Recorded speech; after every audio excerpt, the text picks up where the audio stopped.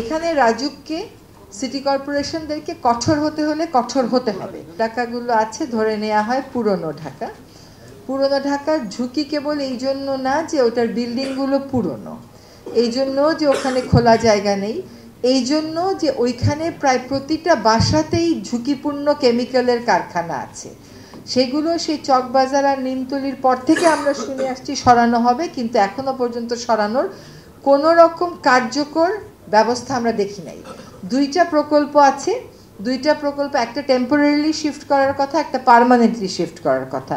ওই প্রকল্পগুলো দ্রুততার সাথে আমাদেরকে একটা শেষ, মানে একটা টেম্পোরারি একটা পার্মানেন্ট না করে দেরি যেহেতু হলোই, টেম্পোরারি যেহেতু কিছু করতেই পারি নাই, কাজে পার্মানেন্টটাই আমরা করে ফেলি এবং এইখানে ব্যবসায়ীরা হ্যাঁ বলুক কি না বলুক, তার থেকে অনেক বেশি জরুরি হচ্ছে মানুষের জীবন। 3 নম্বর হচ্ছে যে একটু জনসচেতনামূলক কিছু মেসেজ, খুব পিন পয়েন্টেড, যে আসলে ভূমিকম্প হলে কি করতে হবে, দৌড়ে সিঁড়িতে যেতে হবে নাকি টেবিলের নিচে যেতে হবে, এই মেসেজগুলো মানুষকে জানানো। আর যে জায়গাগুলো বিশেষ ঝুঁকিপূর্ণ সেই জায়গাগুলোতে নিরাপত্তা বনাম রাইট টু প্রাইভেট প্রপার্টি, এটার মধ্যে কিন্তু একটা ব্যালেন্স আনতে হবে।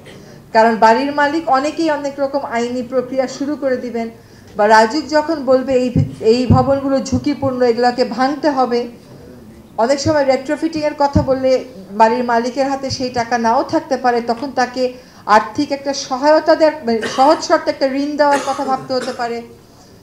বা যেখানে ভাঙতে হবে সেখানে যখন ভাঙতেই হবে তখন যেন আর কোনো লিনিয়েন্সি আমরা না দেখাই, এটা খুবই জরুরি।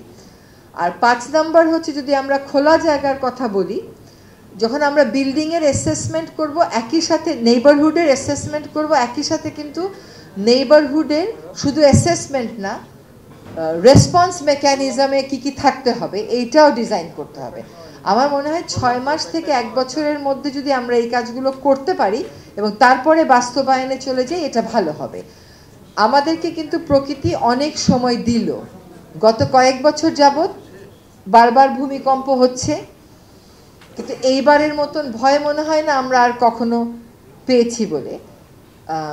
জনমনে এই যে আতঙ্ক, এটা তখনই যাবে যখন জনগণ দেখবে যে প্রশাসন তার দোরগোড়ায় যাচ্ছে তার ঝুঁকিটা অ্যাসেস করতে, তার ঝুঁকিটা নিরূপণে কি করা যায় সেটা করতে। এবং এখানে রাজুককে সিটি কর্পোরেশনদেরকে কঠোর হতে হলে কঠোর হতে হবে। যদি কেউ বলে এটা আমার প্রাইভেট প্রপার্টি, এটাতে তুমি ইন্টারভিন করতে পারবা না, জননিরাপত্তার স্বার্থে করতে হলে রাজুককে সেটা করতে হবে। এবং রাজুক যে নতুন আইন করছে টাউন ইমপ্রুভমেন্ট অ্যাক্টের পরিবর্তে, রাজুককে সেইখানে আমি মনে করি বিশেষ ক্ষমতা দেয়া প্রয়োজন। দরকার হলে প্রসেস শর্টকাট করে রাজুক যে ইন্টারভেনশন করতে পারবে এটা বলা দরকার।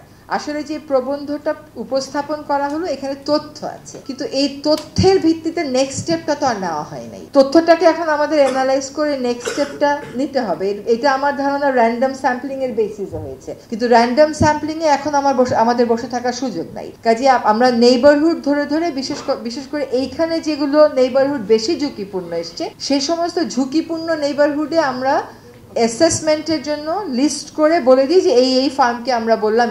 এখানে যদি সরকারের ক্রয় প্রক্রিয়া এইগুলো আমরা আনা শুরু করি, তাহলে 6 মাসে 1 বছরেও সেই ক্রয় প্রক্রিয়া শেষ হবে না আর কাজ শুরু হবে না। সেখানে প্রসেস ইজি করে রাজ্যকে একটু বেশি ক্ষমতা দিয়ে আমার মনে হয় কাজটা শুরু করতে হবে। জনগণকে যেটা বলা দরকার সেটা হচ্ছে যে যেহেতু একটা বড় ভূমিকম্প 5.7 মাত্রায় হয়ে যাওয়ার পরে তার আফটার শকও কম মাত্রায় হয়ে গেছে, আশা করা যায় আপাততের জন্য বিপদটা আমরা পার করেছি। যারা মারা গেছেন তাদের রুহের মাগফিরাত কামনা করছি, যারা আহত তাদের দ্রুত আরোগ্য কামনা করছি।